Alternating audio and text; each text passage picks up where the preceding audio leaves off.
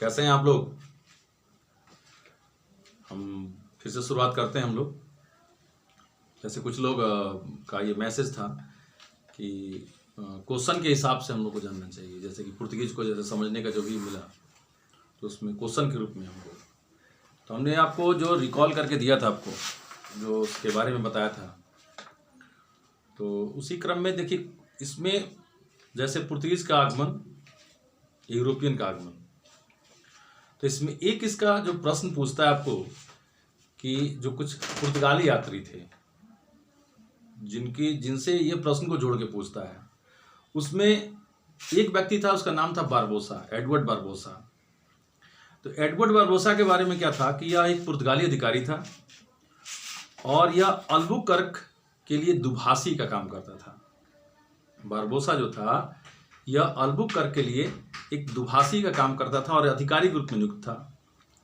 Barbosa ने ही गुजरात के जो शासक थे महमूद बेगड़ा, उनके बारे में वर्णन किया है और बहुत सारे ऐसी चीज़ें बताया कि उसमें शरीर में जहर था, मक्खी बैठती थी, वो मर जाता था। साथ ही साथ बारबोसा जो है वह अपना यात्रा वृत्तांत को भी लिखा हुआ है। बारबोसा ये बताता है कि विजयनगर राज्य में सती प्रथा प्रचलित थी। तो याद रखिएगा, एडवर्ड बारबोसा ये तीन चीजें बताता है। पहला कि विजयनगर में सती प्रथा प्रचलित थी। यह गुजरात के जो शासक थे महमूद बेगड़ा, उसके बारे में वर्णन करता है और बताता है कि उसके शरीर पर कोई भी मक्खी बैठती थी तो नियमित जहर का सेवन करता था जिससे वो मर जाती थी। और ये अल्बुकर्क के दुभाषी के रूप में काम करता था और इसने अपनी यात्रा वृत्तांत को लिखा है और ये पुर्तगाली अधिकारी के रूप में नियुक्त था, एडवर्ड बारबोसा। एक चीज क्लियर हुआ। दूसरा था डोमिंगो पायस। तो डोमिंगो पायस भी यह भारत की यात्रा करता है और विशेषकर विजयनगर साम्राज्य के बारे में कहता है कि यह रोम के समान वैभवशाली नगर है। डोमिंगो पायस ये बताता है कि जो विजयनगर साम्राज्य है और विजयनगर जो है स्पेशली है वो रोम के समान वैभवशाली है, और साथ ही साथ ये कहता है कि यह विश्व का सर्वोत्तम नगर है, विजयनगर को, कि यह विश्व का सर्वोत्तम नगर है। दो व्यक्ति हो गए, एडवर्ड बारबोसा और डोमिंगो पायस। तीसरा व्यक्ति होता है जो पुर्तगाली यात्री के रूप में, उसका नाम होता है नूनीज। नूनीज जो था एक्चुअली में पुर्तगाली घोड़ों का व्यापारी था। नूनीज जो था वो पुर्तगाली घोड़ों का व्यापारी था और यह विजयनगर साम्राज्य में की इसने यात्रा की थी। और उस समय जो विजयनगर के शासक थे वो अच्युत राय थे, जो कृष्णदेव राय के भाई थे। उस समय उसकी यात्रा करता है और बताता है, विजयनगर राज्य के बारे में बहुत कुछ बताता है और इसका भी यात्रा वृत्तांत मिलता है। चौथा जो यात्री था सीजर फेडरिक। तो सीजर जो फेडरिक था यह उस युद्ध के समय में भारत आया था और विजयनगर की तबाही को अपनी आंखों से देखा था। क्योंकि विजयनगर के विरुद्ध में जो तो उस समय के जो मुस्लिम राज्य थे, गोलकुंडा, अहमदनगर, बीजापुर, ऐसे करके सब लोग एक तरफ गोलबंद हो गए और एक तरफ विजयनगर था। तो जो युद्ध हुआ था उसको हम उस युद्ध को दो तीन नामों से जानते हैं। एक तालीकोटा का युद्ध, राक्षस टंगड़ी का युद्ध, बन्नी हट्टी का युद्ध, ऐसे करके दो तीन नाम से हम उसको जानते हैं, जिसमें विजयनगर की पराजय हुई और विजयनगर को बुरी तरह से ध्वस्त कर दिया गया, पूरे शहर को जला दिया गया। तो उसकी तबाही को यह देखता है सीजर फेडरिक। साथ ही साथ कि उस समय यह बताता है कि विजयनगर जो राज्य था उसके वैभव को का वर्णन करता है कि किस तरीके से था और वर्तमान में क्या है, इसका ये वर्णन करता है सीजर फेडरिक। इसी प्रकार हमको आगे चल के बहुत सारे पुर्तगीज यात्री रहे हैं, लेकिन इस दौरान में जो भी लोग यात्री रहे, पुर्तगीज यात्री रहे, तो उनके द्वारा उस समय के बारे में मिलता है, जिसमें चार को तो कम से कम दिमाग में रखें आप: Edward Barbosa, Domingo Paes, Nuniz और सीजर फेडरिक। सीजर फेडरिक युद्ध का आंखों देखा हाल बताता है। नूनीज जो था घोड़े का व्यापारी था। डोमिंगो पायस है वह विजयनगर की तुलना रोम से करता है और बताता है कि विश्व का सर्वोत्तम नगर है। और वहीं पे बारबोसा जो है वो यह बताता है कि सती प्रथा विजयनगर में प्रचलित थी। इसके अतिरिक्त मोहम्मद बेगड़ा के बारे में वर्णन करता है और यह उस समय पुर्तगाली अधिकारी के रूप में था और अल्बुकर्क के लिए दुभाषी का काम किया था। अब इस दौर के बाद अगर देखेंगे तो जो पुर्तगीज कंपनी थी उसका नाम था एस्तादो द इंडिया। तो एस्तादो द इंडिया इसका नाम दिया गया था पुर्तगीज कंपनी का। और धीरे धीरे अब ये लोग क्या था कि अब सीमित होने लगे और भारत में अब डचों का आगमन हुआ। तो जो डचों का आगमन हुआ तो अब यहाँ से हम शुरुआत जो करते हैं डच कंपनी के बारे में। अब पहला दिमाग में प्रश्न आता है कि डच कौन थे भाई। तो डच नीदरलैंड या हॉलैंड के निवासियों को डच कहलाते थे। नीदरलैंड या हॉलैंड के निवासी डच कहलाते थे। और वर्तमान में नीदरलैंड विश्व का ऐसा पहला देश है जहाँ पे ऐच्छिक मृत्यु का अधिकार लोगों को दिया गया है। बहुत सारे देशों में बाद में दिया गया, कहीं पर सीमित रूप में दिया गया है मर्सी जो डेथ है। तो उस क्रम में नीदरलैंड विश्व का पहला ऐसा देश है। जो 17वीं शताब्दी एक बहुत बड़ा की पॉइंट है खासकर भारत के लिए, क्योंकि 17वीं शताब्दी के पहले तक जो भारत का व्यापार था वह भारत के पक्ष में होता था। जो भारतीय व्यापार था वो भारत के पक्ष में होता था। लेकिन उसके बाद से जो था ना, अब ये जो व्यापार था अब वो भारत के पक्ष में ना होकर अब यूरोप के पक्ष में होने लगा। ये आर्थिक तौर पे एक बहुत बड़ी विडंबना थी इस दौर से, क्योंकि अब व्यापारिक मार्गों पर नियंत्रण, व्यापार पर नियंत्रण और बहुत सारी ऐसी चीजें थीं जिसकी वजह से क्या था कि अब धीरे धीरे करके अब यूरोप के हाथ में भारतीय आर्थिक जो नीति थी, चाहे कह लीजिए एक तरह से जो कार्यकलाप थे, उस पर धीरे धीरे वर्चस्व जो था यूरोप का होने लगा। और उस समय से लेकर अब तक भारतीय व्यापार का संतुलन उस तरीके से नहीं हो पाया है। आज के दौर में भी हम जिस मात्रा में आयात करते हैं और जिस मात्रा में निर्यात करते हैं, तो कच्चे माल को लेकर बहुत सारी बातें होती हैं, लेकिन आज भी हम कच्चे माल का ही निर्यात ज्यादा से ज्यादा करते हैं और हम तैयार माल का आयात करते हैं। लेकिन जब तक कोई देश कच्चे माल का ज्यादा से ज्यादा आयात करे और तैयार माल का निर्यात करे, तो सीधे समझ लीजिए कि व्यापार उसके पक्ष में है। अब इस दौर में काली मिर्च का बहुत ज्यादा डिमांड था, या मिर्च मसालों का। आखिर यूरोप में इसकी आवश्यकता क्या थी, और यूरोप को भारत के बारे में आधुनिक दौर तक लाने में एक बहुत बड़ी भूमिका जो है उस सिल्क वे का था। तो काली मिर्च को लेके क्यों इतना ज्यादा था, तो इसका कारण यह था कि वहां पे शीतकाल में बड़े पैमाने पर चूंकि मांस का प्रयोग होता है और मांस को लंबे समय तक रखने के लिए उस पर इसी काली मिर्च जैसे चीजों का लेप लगाया जाता था। इसलिए काली मिर्च का डिमांड हमेशा वहां पे रहा, या मिर्च मसालों का। अब केरल को भारत में मसालों का घर कहा जाता है।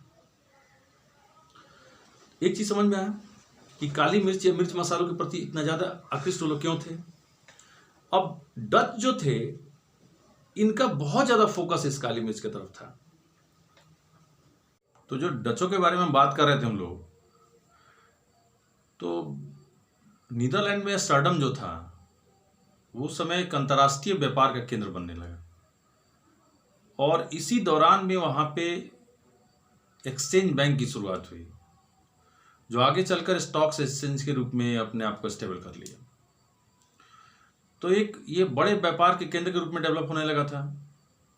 दूसरा जो चीज ये था कि पुर्तगालियों के बाद अब डचों का जो झुकाव था इन क्षेत्रों में हुआ, और विशेषकर मसाला में जो काली मिर्च था इसमें बहुत ज़्यादा रुचि रखते थे। तो उन्होंने सबसे पहले क्या था कि इंडोनेशिया पर अपना अधिकार कर लिया और वहाँ से पुर्तगालियों को सबको खदेड़ दिया। भारत में सबसे पहले जो आने वाला डच व्यक्ति था उसका नाम था कार्नहेलिस ढास्तमान, जो कि 1595-96 के मध्य में भारत में वो पहुंचा था। इसके पहले वो सुमात्रा पहुंचा था। अब इसके आने के बाद से अब ये हो गया कि भारत में डचों का व्यापारिक केंद्र जरूर बनेगा, अवश्य बनेगा। इसी क्रम में क्या था कि जो हालैंड की जो संसद थी जिसका नाम स्टेट्स जनरल था, उसके द्वारा एक प्रस्ताव पारित किया गया और United East India Company of Netherland के नाम से एक कंपनी स्थापित की गई और इसे 21 वर्षों के लिए पूर्व के साथ व्यापार करने की अनुमति दी गई। याद रखिएगा ध्यान से कि हालैंड के संसद के द्वारा, जिसका नाम स्टेट्स जनरल था, 21 वर्षों के लिए एक कंपनी की स्थापना की गई जिसका नाम United East India Company of Netherland था। अब हालांकि इस कंपनी का जो मूल नाम था वो VOC था, बेरिगादे ओस्ट इंडीचे कंपनी, बेरिगादे ओस्ट इंडीचे कंपनी। याद रहेगा आपको, VOC बस दिमाग में रखिएगा कि बेरिगादे ओस्ट इंडीचे कंपनीज। तथा इसके प्रशासनिक देखभाल के लिए एक बोर्ड बनाया गया जिसमें 17 व्यक्ति थे और केप ऑफ गुड होप के बगल में बोटबिया जो था वो इन लोगों का एक बहुत बड़ा केंद्र बन गया। चूंकि डच कंपनी को एक जो प्रारंभिक जो पूंजी थी वो 65 लाख गिल्डर थी, जो कि एक बहुत बड़ी अपने समय के लिए पूंजी थी। और इसी क्रम में 1602 ईस्वी में भारत में पहली डच फैक्ट्री की स्थापना मछलीपट्टनम में की गई। तो सबसे पहले आने वाले जो पुर्तगीज, उसके बाद से डच, तीसरे नंबर पे अंग्रेज, चौथे नंबर पे डेनिस, पांचवें नंबर पे फ्रेंच, चौथे नंबर पे फ्रेंच और उसके बाद से स्वीडिश। क्रम एक बार फिर से मिला लीजिए, हो सकता है मैं गलत बोल गया हूं। पहले पुर्तगाली, दूसरे डच, तीसरे अंग्रेज, चौथे डेनिस, पांचवा फ्रेंच या फ्रांसीसी और छठा आपको स्वीडिश। यही इनका एक क्रम है। ये क्रम बार बार एग्जामिनेशन से पूछता है।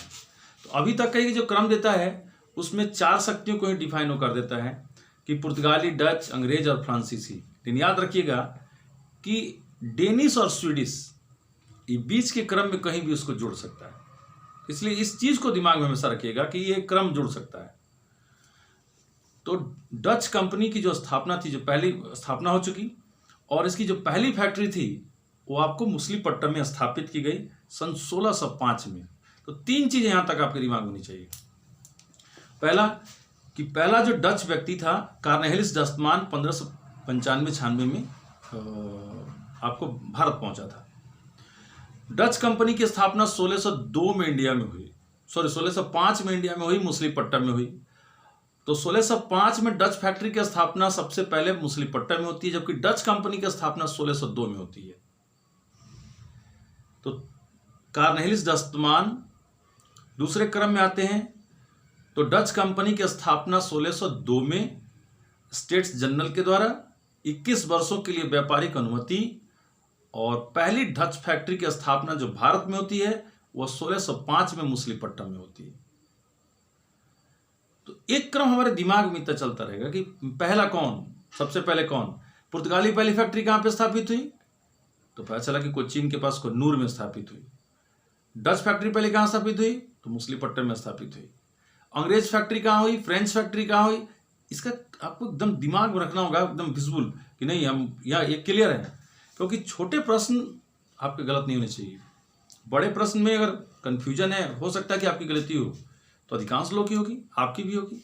इन छोटे प्रश्न में अगर गलती होगी तो आप आउट ऑफ फाइट हो जाएगा।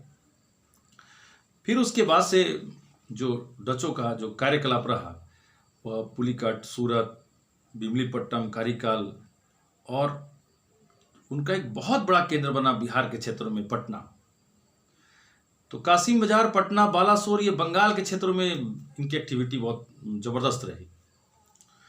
इसी क्रम में डच लोग जो थे यहाँ पे अपने स्वर्ण सिक्के को ढालना शुरू किए। डचों के द्वारा जो अपने स्वर्ण सिक्के को ढालना शुरू किया गया, उसका नाम दिया गया पैगोडा। याद रखिएगा, उसका नाम पैगोडा दिया गया। और उन्होंने पुलिकट से ज़्यादा व्यापारिक गतिविधियां करना शुरू की। यहीं पर चिंसुरा में एक उन्होंने बहुत बड़ा किला का निर्माण किया, चिंसुरा में। और जो किले को का जो नाम जो दिया उन्होंने, उसका नाम दिया उन्होंने गुस्ताउस फोर्ट। तो उस किले का नाम दिया उन्होंने गुस्ताउस फोर्ट। डचों के द्वारा क्या था कि भारतीय जो वस्त्र थे उसके निर्यात को प्रोत्साहित किया गया,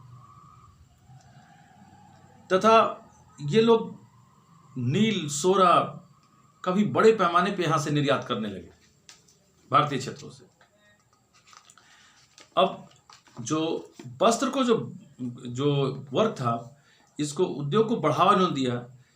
तो इन्होंने भारत में, चाहे उस क्रम में कासिम बाजार में एक रेशम की चक्री लगाया, और साथ ही साथ भारत में पहली बार औद्योगिक वेतन भोगी, माने पेमेंट पर जो काम करने वाले लोग थे, डचों के द्वारा रखने का प्रारंभ कर दिए गए। इनकी संख्या लगभग उस दौर में 3000 से अधिक थी। हालांकि यह व्यवस्था उत्पादन के लिहाज से या व्यापार के लिहाज से एक अच्छी व्यवस्था थी। तो डचों के द्वारा जो कपड़ा व्यापार था उसको प्रोत्साहित किया गया। पहली बार पेमेंट पर, माने औद्योगिक वेतन भोगी को रखा गया। कासिम बाजार में एक रेशम की चक्री स्थापित की गई। लेकिन कंडीशन ये रहा कि डच जो थे, जो कुछ कमियां पुर्तगालियों की थी, जैसे पुर्तगालियों की जगह को डचों ने लेना शुरू की, और धीरे धीरे क्या था कि अपने व्यापारिक एकाधिकार को स्थापित करने के लिए शक्ति का संतुलन बना नहीं सके। इसके परिणाम ये हुआ कि अंग्रेजों से और डचों के बीच में बेदरा का युद्ध हुआ, और इसी बेदरा के युद्ध में डचों की पराजय हुई, और इसी पराजय के साथ उनकी राजनीतिक शक्ति हमेशा हमेशा के लिए समाप्त हो गई और अंग्रेज विजयी हुए। तो एक तरफ से देखिए तो जो यूरोपियन शक्तियां थी, पुर्तगीज, डच, अंग्रेज, फ्रांसीसी, चाहे जो भी लोग थे, तो उसमें अंग्रेज को जो आगे निकल रहे थे उसके पीछे बहुत सारे कारण थे। तो डचों के बारे में अगर कुछ स्मरणीय तथ्य आपको दिमाग में रखना हो तो देखो, आप जैसे कोई चीज़ पढ़ते हो ना, तो पढ़ने क्रम में क्या है कि हम लोग कोई चीज़ को पढ़े, जैसे फिल्म को आप देख के आते हो, तो उसमें से एक चीज़ आप स्पष्ट समझो कि बहुत सारी बातें हमारा दिमाग याद रख लेता है, जो आपको भूलता नहीं है। बहुत सारी चीज़ों को आपको याद करना पड़ता है कि ये था, कैसे था, और बहुत सारे से चीज़ों को फिर दोबारा उसको रिपीट करना पड़ता है। तो जो एग्जामिनेशंस होता है, ये तीनों चीज़ों पर डिपेंड होता है। तो अमूमन जो क्वेश्चंस बनाए जाते हैं, जो हमारा दिमाग एक बार में अपने में स्टोरेज कर लेता है, उसके बिहाफ पे बनाया जाता है, या उसमें रिपीट की भी आवश्यकता होती है। तो उसके हिसाब से अगर डचों में आपको अगर अब बात करना हो कि भाई डच में क्या था, कैसे था, किस तरीके से था, तो देखो, सबसे पहले सोचो कि पुर्तगीज आए थे, पुर्तगीज के बाद से डच आए। तो डच कहाँ से आए थे, खुद से क्वेश्चन करो और खुद से आंसर देते जाओ। तो पता चला कि ये जो डच थे ना, ये हॉलैंड के निवासियों को डच कहा जाता था। उसी हॉलैंड का नया नाम नीदरलैंड है। तो बाकी नीदरलैंड, अच्छा, तो ये भी यूरोप में ही है। हाँ बिल्कुल। तो बाकी भैया नीदरलैंड में तो बहुत सारे, आज के डेट में बहुत सारी चीज़ों के लिए प्रसिद्ध है नीदरलैंड। खैर मैं उधर नहीं जाना चाहता। तो पता चला कि इच्छा मृत्यु का पहली बार जो अधिकार दिया गया पूरे विश्व में, इसे वही नीदरलैंड है। तो आपको क्लियर होगा, अच्छा वही नीदरलैंड है। फिर हुआ कि ये लोग भी भारत की तरफ क्यों आकृष्ट हुए, तो पता चला कि ये लोग काली मिर्च के व्यापार में बहुत ज़्यादा रुचि रखते थे।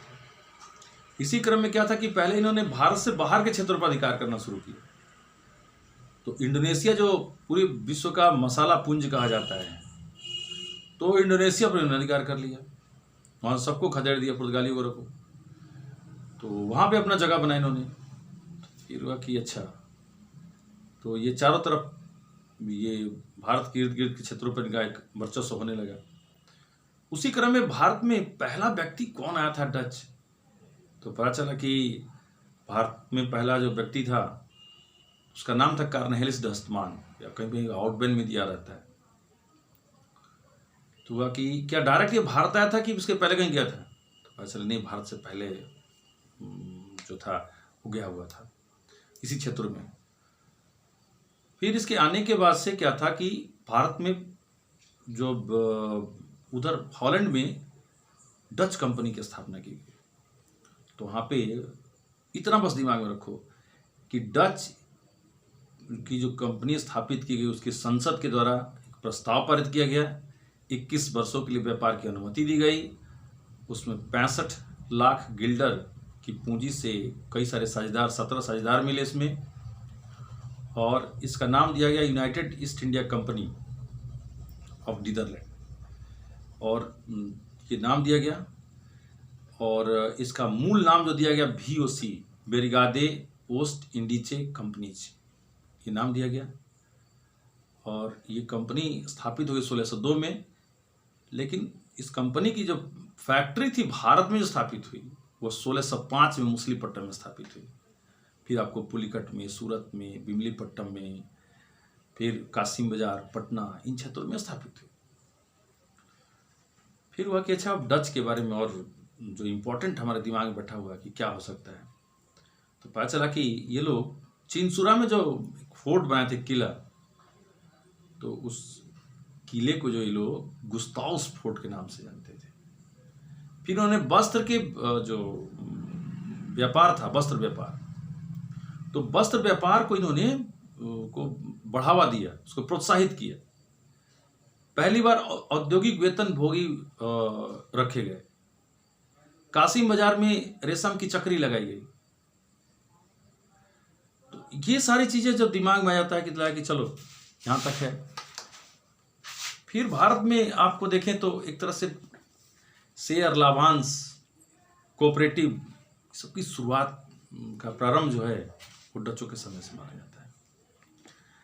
यानी कि सहकारिता का प्रारंभ एक तरह से कहें तो इस दौर में वो डचों के द्वारा प्रारंभ किया गया था।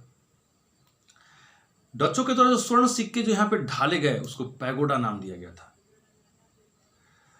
और कुल मिलाकर अगर देखें तो उस समय, उस दौर में जो डच फैक्ट्रियां थीं तो उसके जो प्रमुख होते थे उनको फैक्टर कहा जाता था।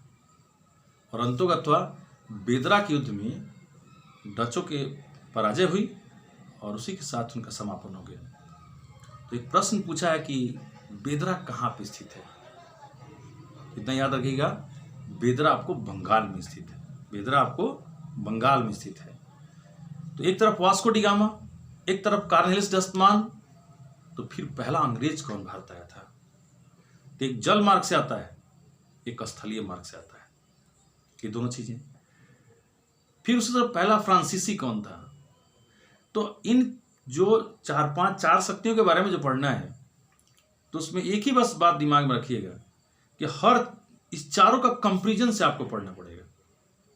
अभी हम लोग जिस तरीके से लेके चल रहे हैं, लेकिन हम लोग उसको अब क्वेश्चन वाइज, जैसे कि एक बार आप समझ लें, और समझने के साथ साथ क्या है कि उसको क्वेश्चन वाइज में डेवलप करके तब उसको आगे बढ़ा दें हम, तब एक नए रूप को ले लेता है। तो डच के बाद से अब अंग्रेज। अब ये होगा कि भाई ये जो तीसरी शक्ति के रूप में भारत में जो कंपनी स्थापित हुई वो अंग्रेज थे। तो ये अंग्रेज जो निवासी हैं कहाँ के थे, तो हम लोग के दिमाग में अक्सर चीज कंफ्यूजन में होता है। 3 नाम मिलते हैं, हो सकता है आपको पता भी हो, और नहीं पता हो तो जरूर अपने आप से पूछिएगा। एक नाम मिलता है ब्रिटेन, एक मिलता है इंग्लैंड, एक मिलता है यूनाइटेड किंगडम। अब ये तीनों कंफ्यूज करता है, यूनाइटेड किंगडम, ब्रिटेन, खासकर ये दो, और इंग्लैंड। तो पता चला कि भारत में इन लोगों को गोरा कहा जाता था, गोरे की पलटन। बहुत सारा इतिहास अगर देखेंगे आप, बहुत सारा मूवी वगैरह, तो आपको ये समझ में आएगा। तो ये जो अंग्रेज थे, आखिर इनका क्या ऐसा कंडीशन था कि ये लोग यहाँ तक पहुँचे, कैसे पहुँचे, किस तरीके से आए? तो इसके बारे में अगर हम अभी के दौर में अगर देखें तो हम बस इतना आपको बता सकते हैं कि जैसे बाकी देशों में कंपनियों की स्थापना हुई, उसी तरह से इंग्लैंड में भी इस कंपनी की स्थापना हुई। और यहाँ पे जो ब्रिटेन की महारानी थी, और जो इस पूरब के साथ अपनी शक्ति का संतुलन कैसे बनाया जाए, इसी क्रम में लेकर अंग्रेजों की शुरुआत होती है। हमको इस जितनी भी शक्तियां हैं उसमें सबसे तो जो प्रश्न मिलते हैं वो हमको अंग्रेज से मिलते हैं। और चूंकि भारत में कालांतर में यही शक्ति आने वाले समय के लिए शासकीय शक्ति बन के सामने आएगी, इसके बारे में हम लोग को बेहतर तरीके से जानना है, एक चीज। दूसरा, जैसे हम लोगों ने शुरुआत किया था विदेशियों का आगमन, तो मेरा अब जो प्रयास यही है कि आप किसी एक टॉपिक को उठा के, हम लोग चल रहे हैं जहाँ से सीधे तौर पे, तो इसके ऊपर जो क्वेश्चन आंसर्स का क्रम है, तो क्वेश्चन आंसर आपके पास कैसे पहुँचे, जो जिससे कि आपका रिकॉल हो सके, आप उसको बना सके। जैसे पुर्तगीज पर और डच पर, तो पुर्तगीज और डच पे आपको, दोनों पे अपने आप को स्टेबल करने के लिए हम क्वेश्चन को कर सकते हैं। और उसी बिहाफ में हम लोग अपने टेस्ट, चाहे जो भी कुछ हो, उसका हम आयोजित कर सकते हैं, चाहे ऑफलाइन हो, सॉरी ऑनलाइन हो, चाहे जिस तरह से हो। तो भारत में सबसे पहले अंग्रेज एक हेक्टर नामक व्यापारिक जहाज से आए थे। हालांकि भारत में आने वाला पहला जो अंग्रेज था, यात्री था, उसका नाम था जॉन मिडन हॉल, याद रखिएगा। वह 1597 में भारत आया था, लेकिन ये स्थल मार्ग से आया था। जॉन मिडन हॉल स्थल मार्ग से भारत में आया था। 16वीं शताब्दी में पुर्तगाल का विलय स्पेन में हो गया। अब स्पेन एक बड़ी शक्ति के रूप में हो गया, और स्पेनी बेड़ा, जो जहाजी बेड़ा होता है, उसको अंग्रेजों के द्वारा पराजित कर दिया गया। और जो उस अंग्रेज स्पेनिश बेड़े को जो पराजित किया गया था, तो उस समय अंग्रेज जो सेनापति का जो रोल था, चाहे उसको पराजित करने में जो सेनापति की भूमिका थी, वो जॉन मिडन हॉल ने निभाया था। और इसी के बाद से क्या था कि अब अंग्रेजों का जो एक वर्चस्व था, वो धीरे धीरे करके सामने आने लगा इन क्षेत्रों में। और अब एशियाई व्यापार पर पुर्तगाली नियंत्रण लगभग समाप्त होने के कगार पे था। डचों का नियंत्रण भी लगभग समाप्त होने के कगार पे था। और अब अंग्रेजों का नियंत्रण अब धीरे धीरे इन सभी क्षेत्रों पर बढ़ने लगा था। इसी समय 1599 ईस्वी में पूर्व के देशों के साथ व्यापार करने के लिए अंग्रेजों ने एक कंपनी की स्थापना की, जिसमें कुल 217 साझेदार थे। 1599 में उस समय पूर्व के साथ व्यापार करने के लिए अंग्रेजों ने कंपनी की स्थापना की, जिसमें कुल 217 साझेदार थे। तो 217 लोग मिलके और उस दौर में कंपनी का स्थापना किया। और इस कंपनी का जो नाम दिया गया, ये नाम क्वेश्चन के रूप में आता है आपको, गवर्नर एंड कंपनी, इतना दिमाग में रखिएगा, governor and company of merchants, governor and company of merchants of London. इतना याद रखोगे बस निकल जाएगा तुम्हारा।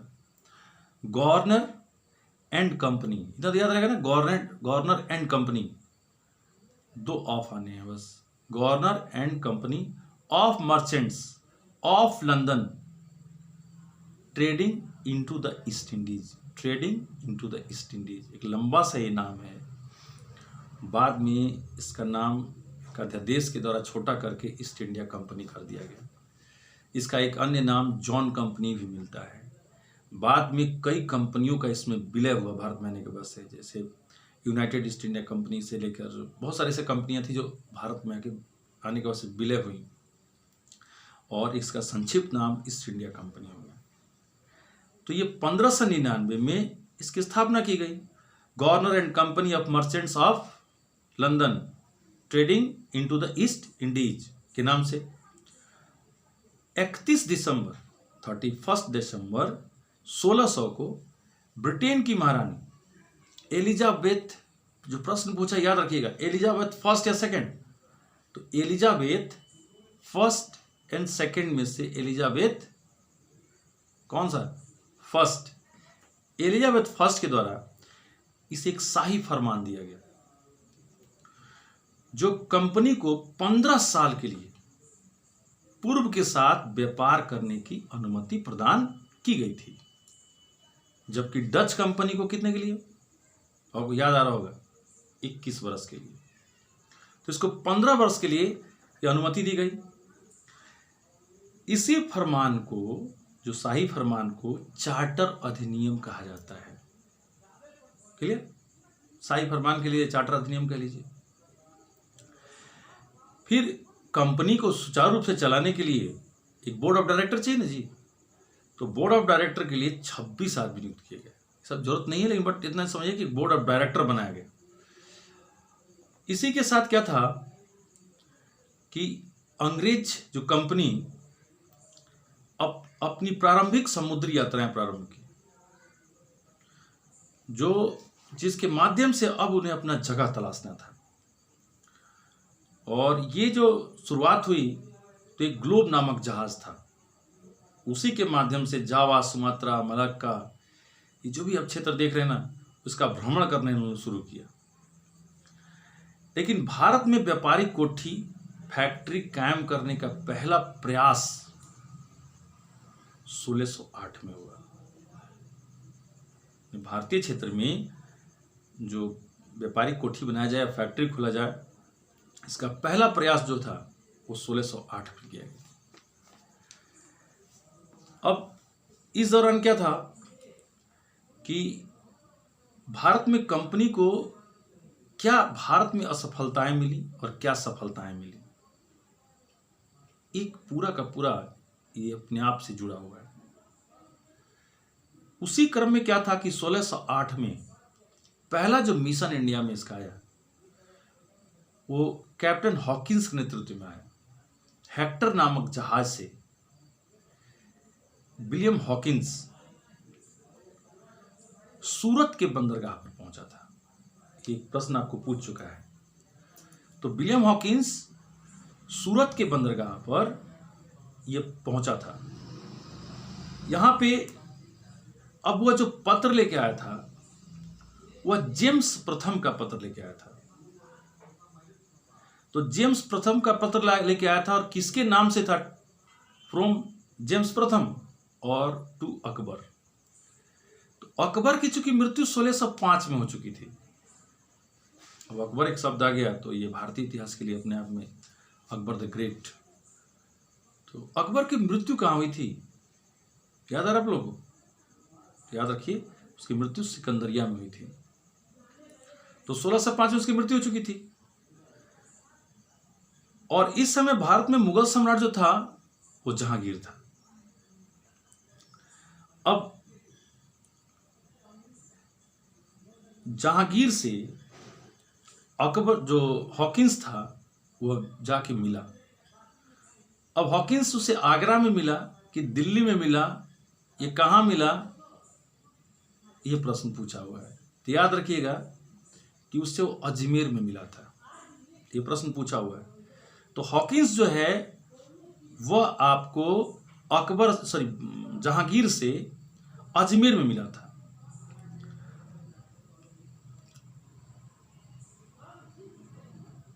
लेकिन पुनः वह वापस लौट के आगरा है। और आगरा में आने के बाद तब उसका पत्र जो था जेम्स प्रथम का, वो जहांगीर को दिया गया।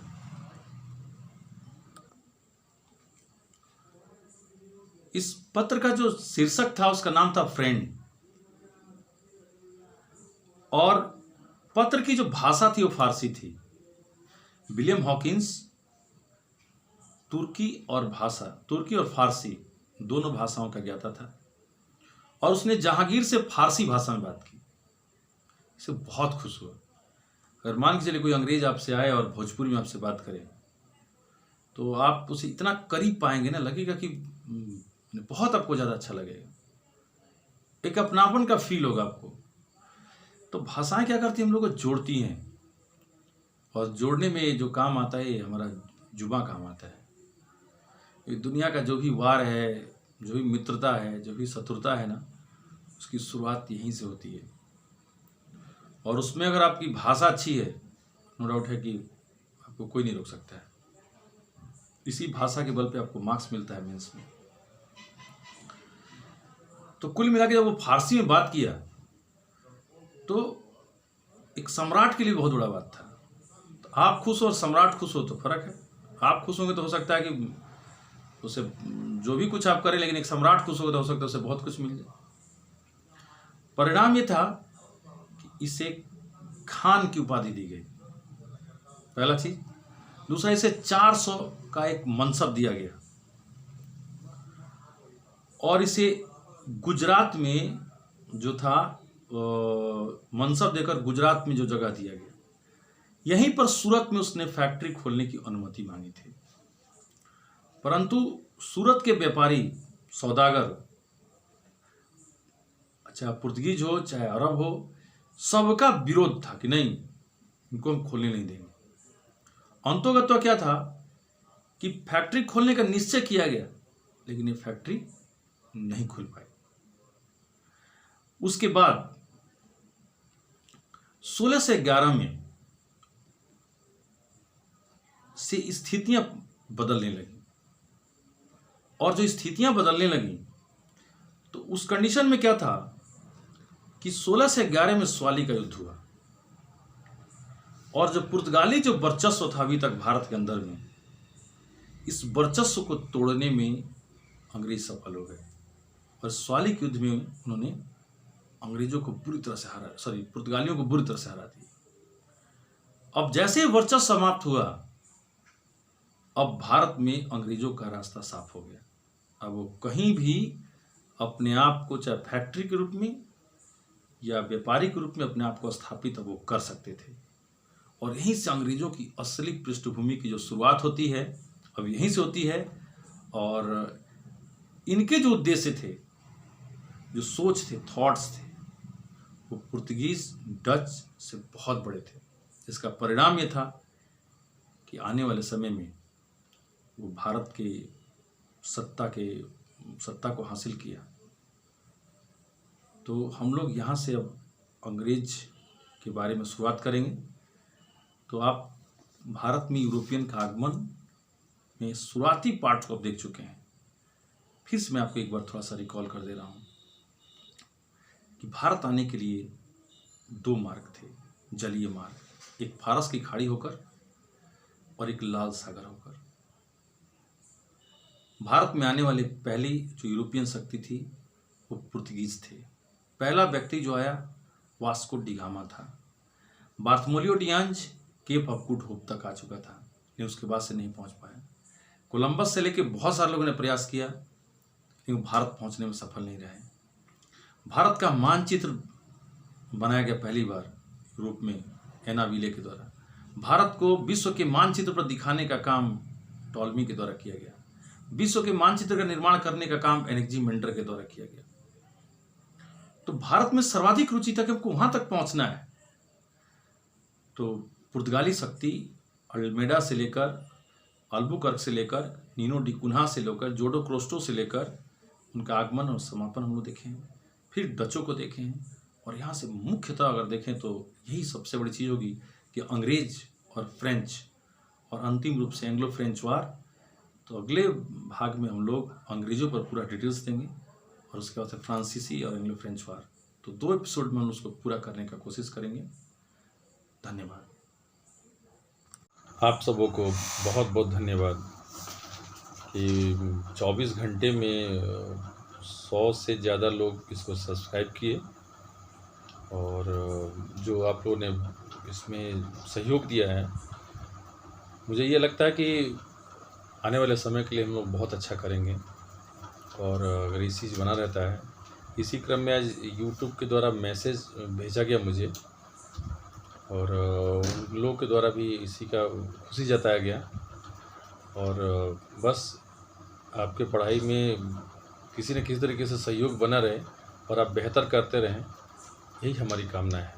धन्यवाद।